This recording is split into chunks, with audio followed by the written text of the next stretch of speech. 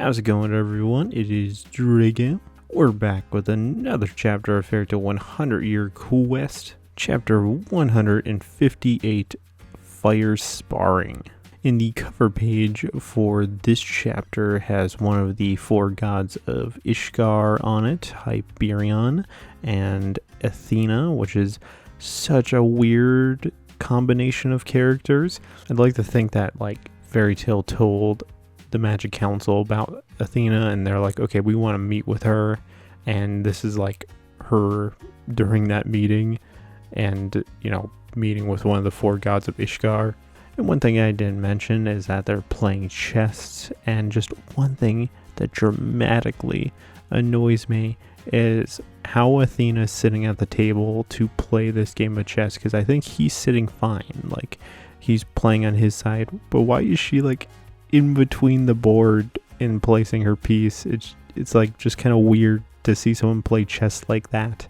Overall, very random cover to see these two together, which I'm pretty sure you'll probably never see these two together ever again. We pick up the chapter with the whole town disappearing into ash, which had Brian saying that he turned Natsu's past to ash, which I do love that Natsu pretty much immediately picks up on this with him smelling the air, and he's like, this does not smell like ash in the slightest. It doesn't even smell like anything's burnt at all.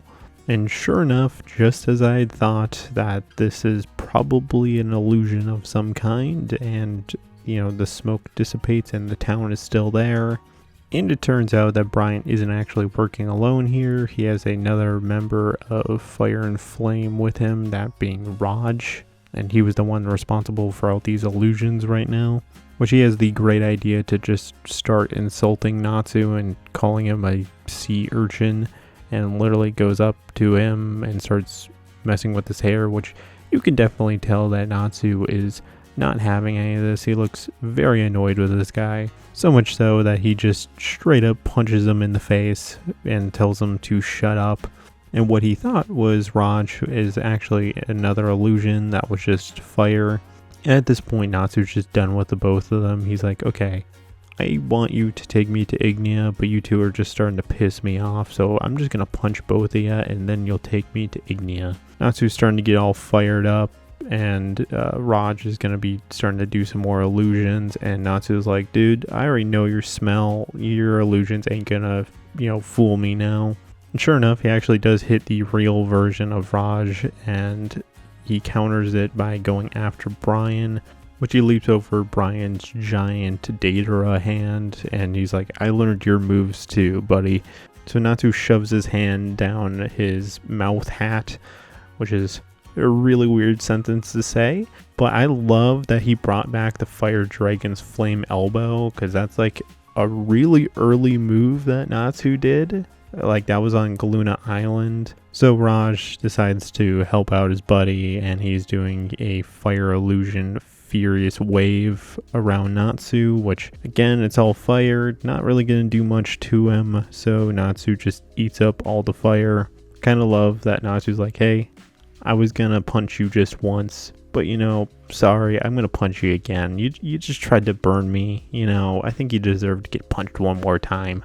So he does a Flame Dragon's Iron Punch, which, is this new for him? Because I thought it was Fire Dragon's Iron Fist.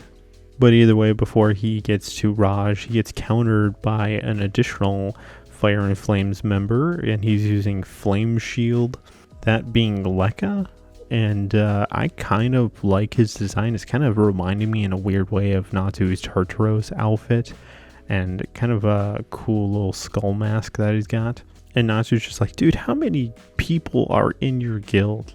There's one after another. I guess I'm going to have to punch you too.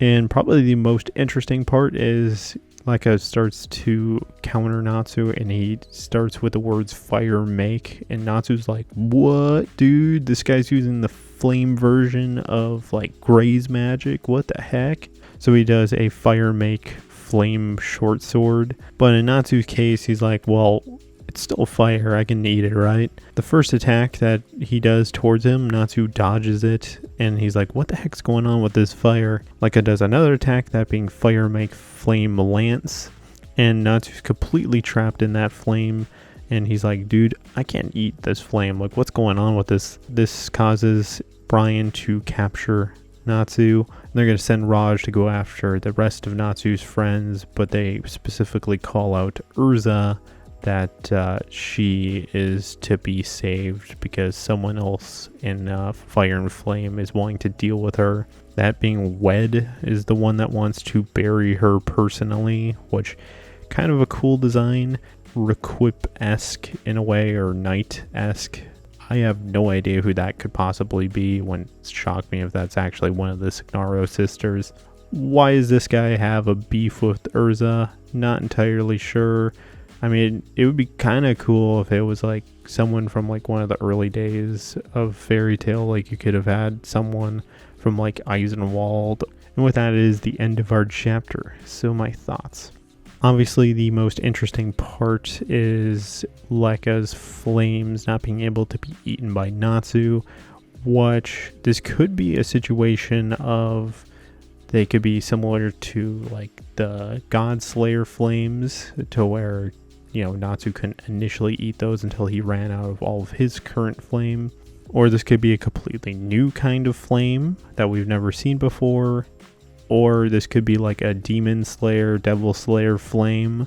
Could be leaning more on that because this guy's obviously the fire version of Gray. He's even doing, you know, attacks that Gray literally does all the time. Like, you know, Ice Make Lance, he does Flame Lance.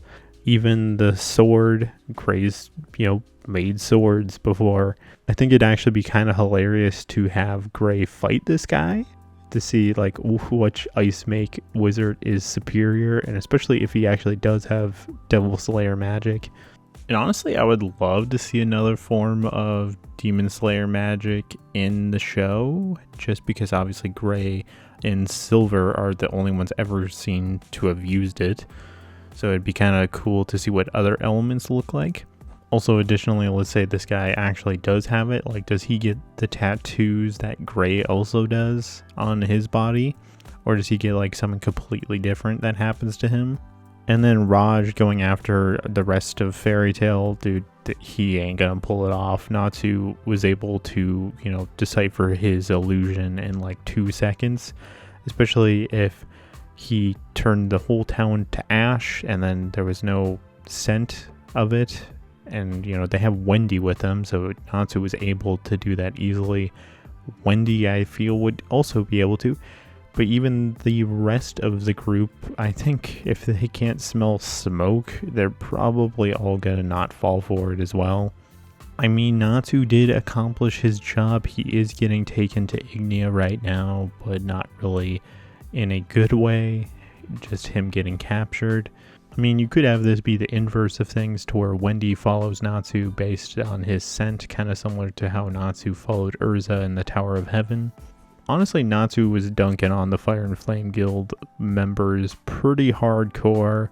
What are your guys' thoughts on this chapter? Leave it in the comments below. Thank you for watching, and this is Drago, signing out.